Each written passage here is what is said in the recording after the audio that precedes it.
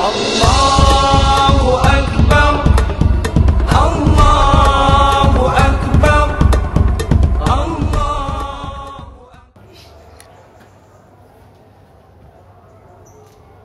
Allahu Akbar, Allahu Akbar, Allahu Akbar, Allahu Akbar, Allahu Akbar, walillahil hamd. Alhamdulillah, alhamdulillah nahmaduhu wa nasta'inuhu wa nastaghfiruh wa na'udzu billahi min shururi anfusina wa min sayyiati a'malina. May yahdihillahu fala mudilla lahu wa may yudlil fala hadiya lahu.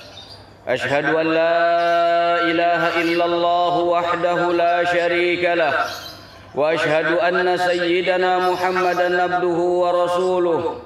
Allahumma salli wa sallim ala sayyidina Muhammadin wa ala alihi wa ashabihi wa man sara ala nahjihi wa da'a bida'watihi wa jahada fi sabilihi ila yaumiddin. Amma ba'du, fa ya ayyuhal muslimuna usikum wa iyaya bitaqwallahi faqad fazal muttaqun. Faqad qala Allah ta'ala fi kitabihil karim, a'udzu billahi minasy syaithanir rajim. Ya ayyuhalladzina amanu taqullaha wal tanzur nafsum ma qaddamat lighad wattaqullaha innallaha khabirum bima ta'malun. Shadaqallahul azim. Ma'asyiral muslimin wal muslimat, jamaah salat Idul Fitri rahimakumullah. Alhamdulillah, kita bersyukur kepada Allah Subhanahu wa taala atas pertolongannya.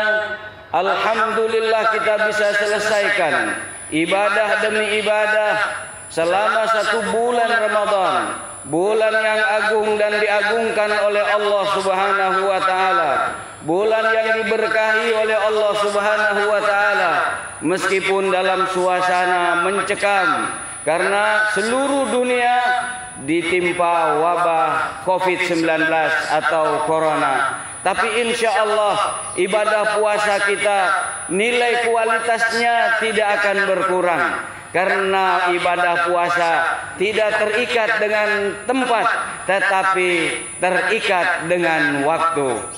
Adapun ibadah sholat tarawih, walau di masjid-masjid di beberapa tempat dilakukan PSBB atau tidak sholat berjamaah, tetapi kita sholat di rumah masing-masing. Kita tidak perlu kecewa, kita tidak perlu merasa berkurang nilai ibadahnya. Selama kita melakukan ibadah tarawih di rumah kita, insya Allah kualitas ibadah tarawih kita sesuai dengan niat dan kekhusyuan yang ada dalam hati kita, Allah Subhanahu wa taala akan terima. Bahkan dalam hadis Rasulullah sallallahu alaihi wasallam bersabda, "Man qama ramadhana imanan wa ihtisaba, ghufira lahu ma taqaddama min dambihi." Orang yang melaksanakan ibadah tarawih baik di rumah atau baik di masjid maupun di rumah, saat kita tidak ada wabah, semua sholat kita di masjid-masjid dan musola-musola tentu memiliki nilai berjamaah sendiri. Tetapi saat ada wabah seperti ini, sholat kita di rumah-rumah, tetap saja Allah Subhanahu wa taala akan berikan nilai, Allah akan balas. Tetap sholat tarawih kita akan menghapus seluruh dosa-dosa kita. Bahkan kalau kita lihat Rasulullah sallallahu alaihi wasallam, sholat tarawihnya di masjid hanya 2 kali. Pertama keluar sholat tarawih di masjid, 2 kali keluar sholat tarawih di masjid, 3 kali Rasulullah sallallahu alaihi wasallam tidak keluar di masjid. Sholat subuh datang ke masjid, semua sahabat bertanya, kenapa tadi malam Rasul tidak keluar ke masjid untuk sholat tarawih? Rasul menjawab, saya khawatir kalau terus-terusan saya sholat tarawih di masjid, Allah akan wajibkan sholat tarawih ini. Oleh karena itu saya tidak keluar ke masjid, memperhatikan jangan sampai kalian merasa berat dan terbebani kalau sholat tarawihnya diwajibkan. Artinya apa? sholat tarawih di rumah juga dilakukan oleh Rasulullah Shallallahu Alaihi Wasallam. Sholat tarawih di masjid dan musola saat tidak ada wabah itu tentu lebih baik, karena itu yang dilakukan pada zaman pemerintahan Umar bin Khattab radhiyallahu anhu, agar orang bisa sholat berjamaah di masjid dengan pahala yang berlipat ganda. Saudara-saudara kaum muslimin dan muslimat rahimakumullah, kita tentu sangat bersedih karena tahun ini sholat tarawih, ibadah puasa dan juga sholat Idul Fitri berbeda dengan tahun-tahun sebelumnya. Tahun ini Allah Subhanahu wa taala menguji kita semua, bukan saja di Indonesia, tapi dari seluruh mancanegara, umumnya di Eropa, di Amerika, dan di Australia serta Asia Timur. Wabah Covid ini adalah merajalela. Bapak, Ibu, dan saudara-saudara sekalian, ini adalah membuktikan bahwa Allah Subhanahu wa taala Maha Kuasa. Makhluk yang namanya corona, virus yang tidak bisa dilihat oleh mata dengan kasat mata, tapi itu bisa membuat orang meninggal dunia, membuat orang sakit. Baru salah satu makhluk Allah Subhanahu wa taala yang Allah turunkan. Kita sudah tidak berdaya menghadapinya. Jangankan manusia biasa, dokternya pun banyak yang meninggal, para medisnya pun banyak yang meninggal, para ahlinya pun banyak yang meninggal, penelitinya pun banyak yang meninggal. Apalagi manusia biasa, itu baru satu makhluk Allah Subhanahu wa taala. Bagaimana kalau makhluk-makhluk Allah lainnya digerakkan untuk menghancurkan dunia ini? Tidak ada satupun di antara kita yang bisa melawan dan menentangnya. Oleh karena itu, sebagai hamba Allah Subhanahu wa taala, kita harus mengambil pelajaran besar dari wabah corona ini. Harus membuat kita semakin tunduk dan sujud kepada Allah. Corona atau musibah apapun yang Allah turunkan ke muka bumi ini, satu, bagi orang-orang yang beriman, bagi orang-orang yang selalu beramal soleh, itu merupakan ujian untuk menaikkan kelasnya, untuk menaikkan derajatnya. Bagi mereka-mereka yang imannya kuat, bagi mereka-mereka yang ibadahnya bagus, bagi mereka-mereka yang selalu sujud dan tunduk kepada Allah Subhanahu wa taala, bagi mereka-mereka yang kadang-kadang bersalah dan berdosa. Seluruh musibah dan wabah itu merupakan penghapus dosa dan teguran, agar orang tidak larut dengan dosanya, agar orang tidak lalai dengan Allah Subhanahu wa taala, agar orang tidak lalai dengan perintah Allah Subhanahu wa taala. Mungkin saja masjid di samping rumah kita, tapi kita tidak pernah datang ke masjid selama ini. Mungkin juga musola dekat dengan rumah kita, tapi kita tidak pernah menyapa musola kita untuk melakukan ibadah. Mungkin juga majelis taklim dekat sekitar kita, tapi kita lupa kepada majelis taklim. Kita jauh dari ulama, kita hanya mengikuti pemikiran kita sendiri dan nafsu kita sendiri. Mungkin saja waktu kita 24 jam banyak kosong, lupa tidak digunakan untuk ibadah kepada Allah Subhanahu wa taala, maka Allah turunkan tegurannya dengan berbagai macam bentuknya, agar orang sadar, agar orang insaf, agar orang dekat dengan Allah Subhanahu wa taala, agar orang tidak merasa benar sendirian, agar orang tidak merasa apa yang dia lakukan sudah paling bagus, agar dia kembali kepada Allah. Ini yang kedua. Yang ketiga adalah hukuman bagi mereka-mereka yang hanya menikmati nikmat dari Allah tapi tidak pernah beribadah. Bahkan nikmat Allah digunakan untuk maksiat kepada Allah. Datangnya musibah, datangnya wabah, datangnya penyakit merupakan azab dari Allah Subhanahu wa taala, agar jadi pelajaran buat orang lain. Kita lihat dalam sejarah kehidupan manusia, banyak orang yang menentang Allah dengan kehebatannya. Siapa orang yang tidak tahu dengan Fir'aun? Dia saking hebatnya mengaku jadi Tuhan. Semua orang takut. Orang hamil yang diindikasi bayinya laki-laki semua dibunuh. Bayi dan ibunya dibunuh. Orang yang tidak mengakui dia sebagai Tuhan dibunuh. Tapi Allah Subhanahu wa taala Maha Kuasa, Maha Perkasa. Orang yang sombong, adiguna seperti Fir'aun itu Allah binasakan dengan air. Makhluknya yang paling lemah, yang biasa diminum, dipegang pun jenis air ini tidak terasa, tapi itu membuat Fir'aun tenggelam, dihabisi oleh Allah Subhanahu wa taala. Siapa yang tidak kenal dengan Namrud yang hidup pada zaman Nabi Ibrahim alaihissalam, yang membakar dengan pasukannya Nabi Ibrahim hanya karena Nabi Ibrahim menyampaikan kebaikan. Namrud dan pasukannya dengki, hasud kepada Ibrahim. Ibrahim dibakar hidup-hidup karena Ibrahim pembawa bendera kebenaran.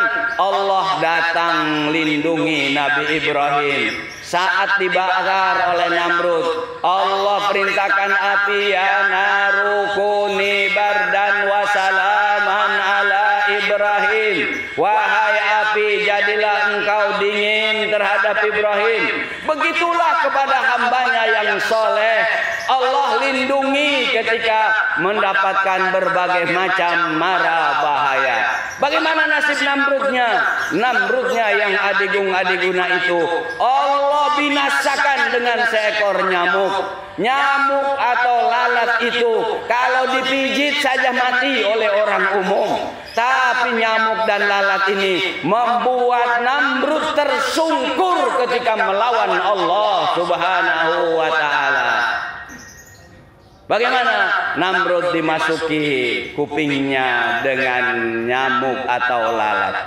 Dia gerogoti otak di kepalanya, dia pukuli sendiri kepalanya sampai dia mati meninggalkan dunia ini dengan terhina ketika melawan Allah Subhanahu wa taala.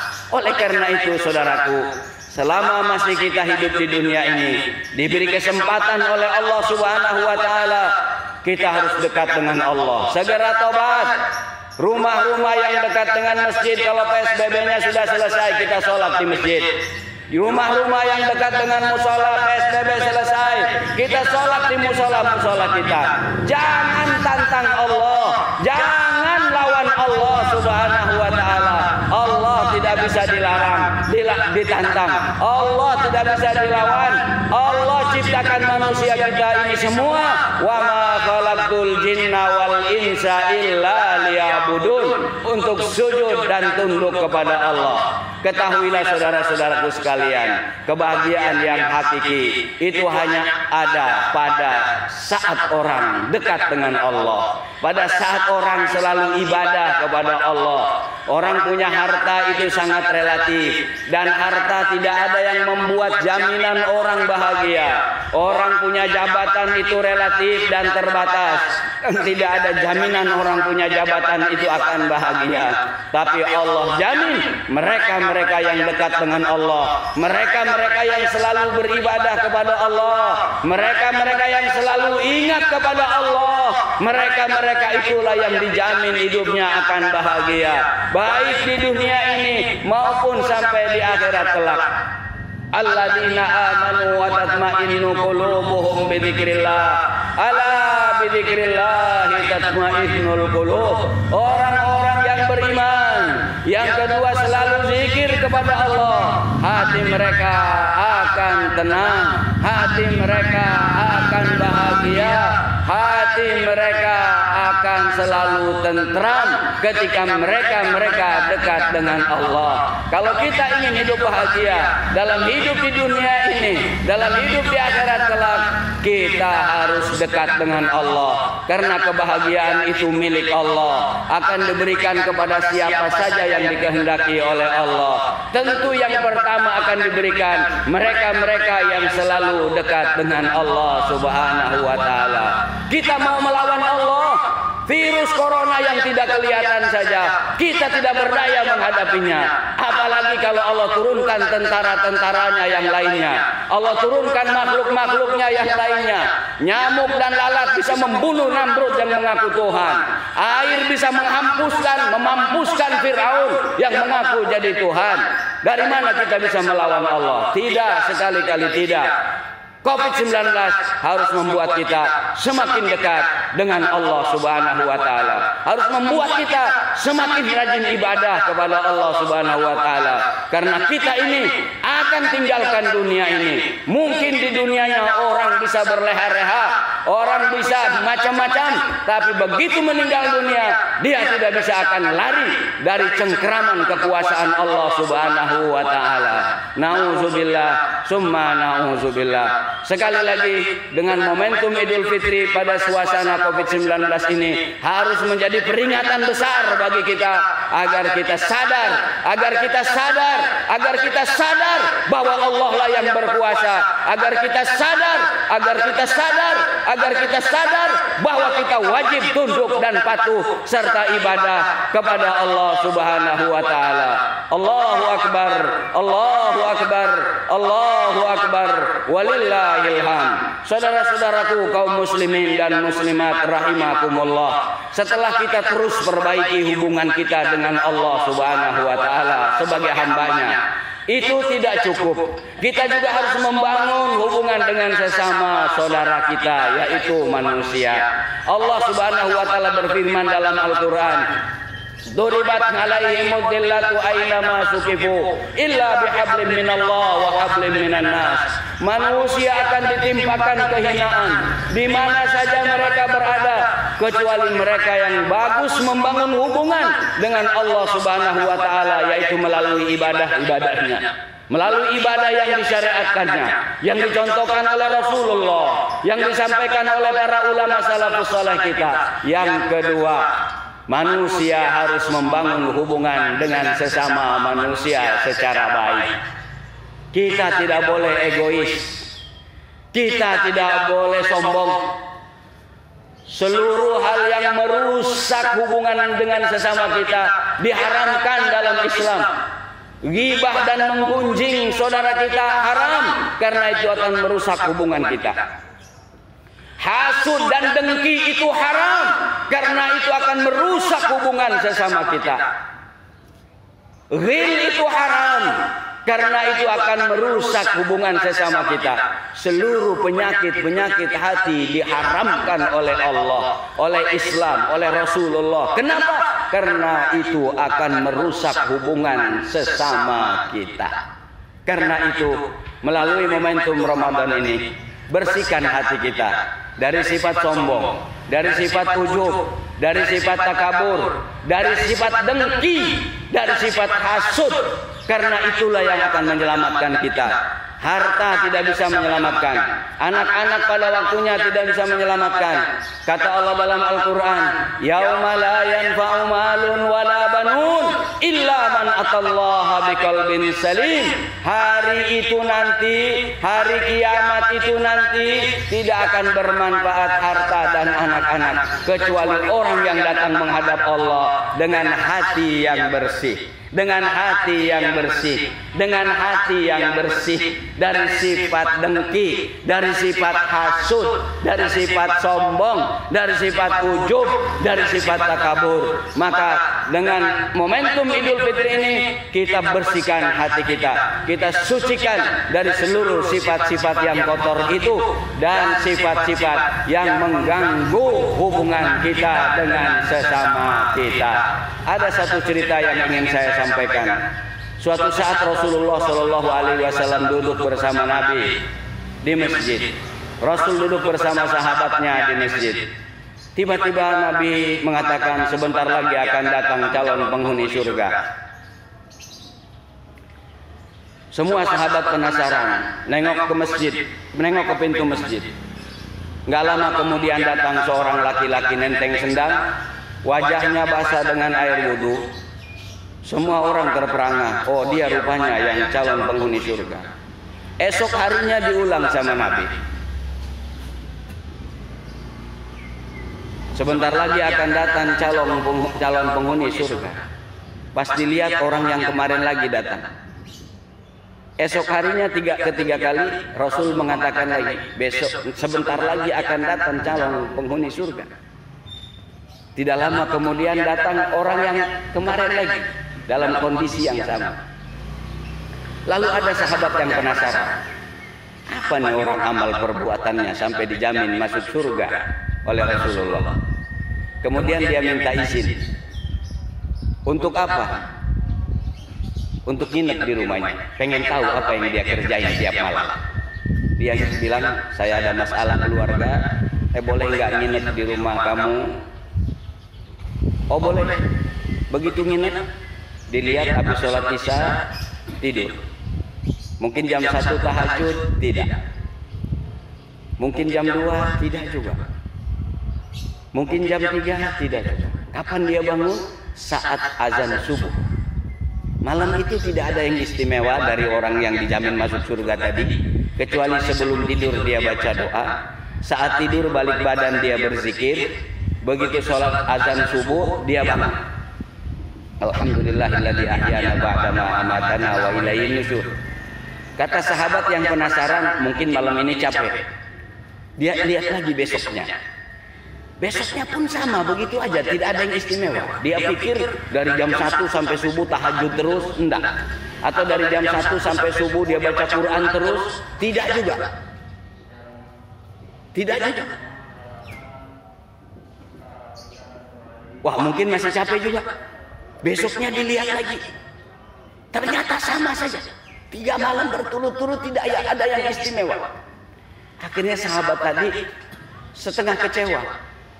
Dia pamit mau pulang, saya mau pulang. Sebenarnya saya tidak punya masalah di keluarga, cuman saya nginep ini penasaran aja. Nabi bilang ente berulang-ulang calon penghuni surga sampai 3 kali. Saya pengen tahu apa yang ente lakukan, saya mau ikuti supaya saya juga bisa masuk surga. Kira-kira begitu penasaran. Tapi saya lihat 3 malam berturut-turut, ente tidak ada melakukan hal-hal yang istimewa. Apa sebenarnya yang ente anggap bisa masuk surga, menjamin masuk surga itu? Tidak ada, kata sahabat tadi, kecuali satu. Sebelum saya tidur, saya bayangkan orang yang pernah menyakiti saya hari itu, kemudian saya maafkan sebelum saya tidur. Jadi yang menyebabkan sahabat tadi masuk surga adalah dia memaafkan saudara-saudaranya dan orang yang menyakitinya. Tapi bukan berarti, wah kalau begitu orang harus maafin saya berulah macam-macam juga nggak apa-apa. Jangan juga. Karena kita ini manusia, kalau kita diganggu, milik kita diganggu, tetap saja kita merasa tidak nyaman. Jadi supaya kita dimaafkan, ya jangan mengganggu saudara kita. Jangan mengganggu milik saudara kita. Supaya kita enak saling memaafkan. Karena itu pada momentum Idul Fitri ini, karena suasananya kita adalah COVID-19, salaman dalam Islam adalah merontokkan dosa-dosa seperti merontokkan daun kering dari pohon. Tapi karena suasananya COVID-19, tanpa salaman pun yang penting kita saling memaafkan. Karena intinya salaman itu adalah simbol saling maaf di antara kita. Karena situasi COVID-19, kita tidak perlu salaman secara fisik, tetapi salaman batin. Maksudnya apa? Semua kita saling memaafkan. Mudah-mudahan Allah Subhanahu wa Ta'ala segera mengangkat COVID-19 dari Indonesia, dari seluruh dunia. Allah melindungi kita dari COVID-19, dari berbagai macam penyakit, dari berbagai macam mara bahaya. Allah Subhanahu wa taala menyelamatkan kita dari berbagai macam bencana dunia dan azab di akhirat. Ala hadhihi wa kullu niyatin salihah. Al-Fatihah. A'udzu billahi minasyaitonir rajim. Bismillahirrahmanirrahim. Alhamdulillahirabbil alamin. Arrahmanir rahim. Maliki yaumiddin. Iyyaka na'budu wa iyyaka nasta'in. Ihdinas siratal mustaqim. Siratal ladzina an'amta 'alaihim ghairil maghdubi 'alaihim waladdallin. Amin ya rabbal alamin. Saudaraku, Allah Subhanahu wa taala tidak akan mengampuni dosa seorang hamba kalau urusannya dengan sesama manusia.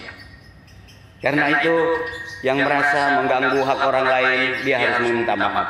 Yang mengambil hak orang lain, dia harus meminta maaf. Yang minjam atau belum bisa sempat mengembalikan, dia harus minta maaf. Orang yang mengganggu tanah orang satu jengkal saja, itu akan dikalungkan tanah yang sejengkal itu sampai 7 lapis ke bawah. Hati-hati, jangan pernah mengganggu tanah tetangga, tanah saudara kita, karena itu hukumannya berat. Mudah-mudahan Allah mengampuni dosa kita dan kita saling bisa memaafkan di antara sesama kita, dan kita tidak mengganggu milik orang lain yang bukan milik kita.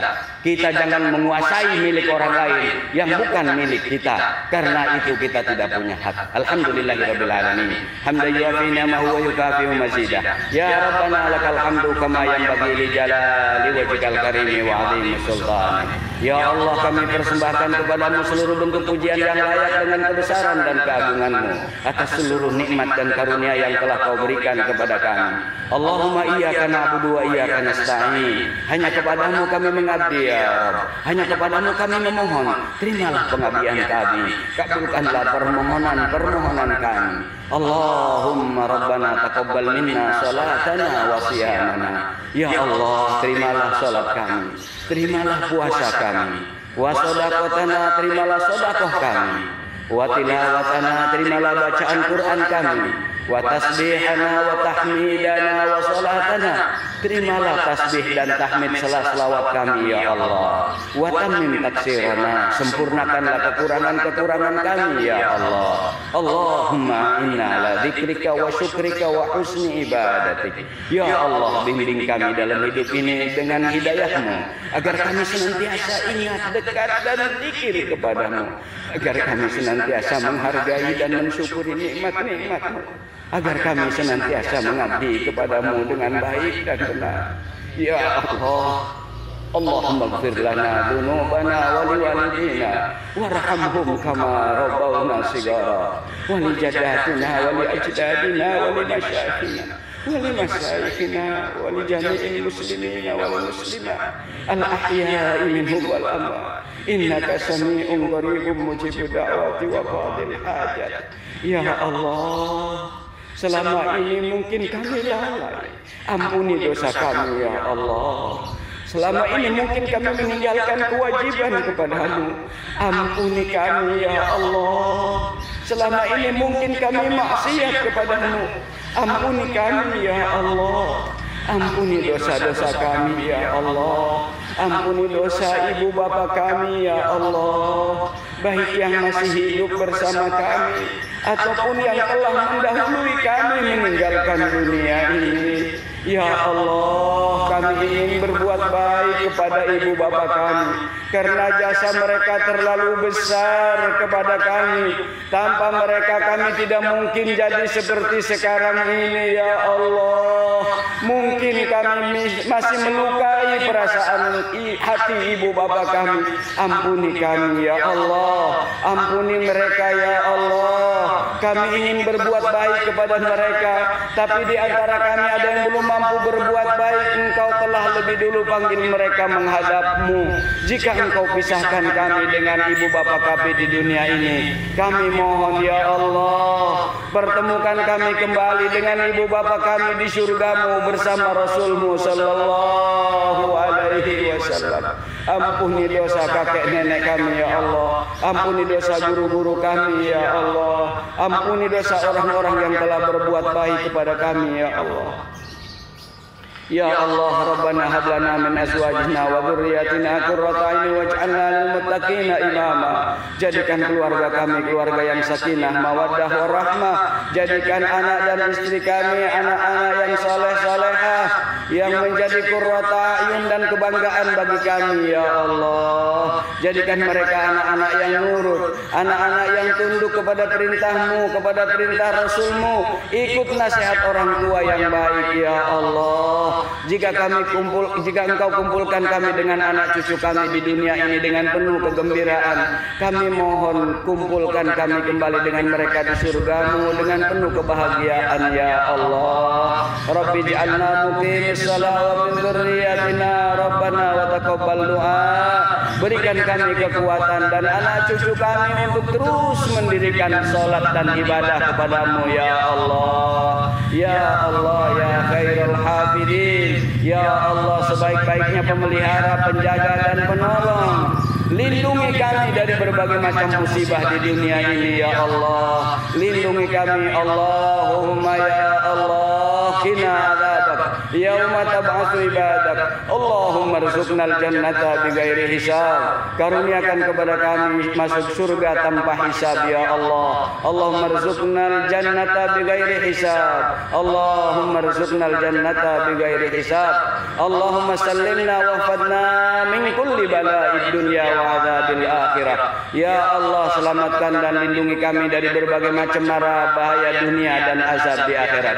Allahumma sallimna wa fadna min syarril zalimin wa syarril hasidin wa syarril haqidin bihifdzikal jamil ya rabbal alamin. Allahumma sallimna wa fadna min kulli su wa min kulli syarr wa min kulli dhi syarr wa min kulli saqam wa min kulli marad ya khairal hafidin. Ya Allah, selamatkan dan lindungi kami dari seluruh keburukan, dari seluruh kejahatan, dari orang-orang buruk dan orang-orang yang jahat, dari seluruh penyakit termasuk corona ya Allah yang Maha Pelindung. Rabbana atina fid dunya hasanah wa fil akhirati hasanah wa qina adzabannar.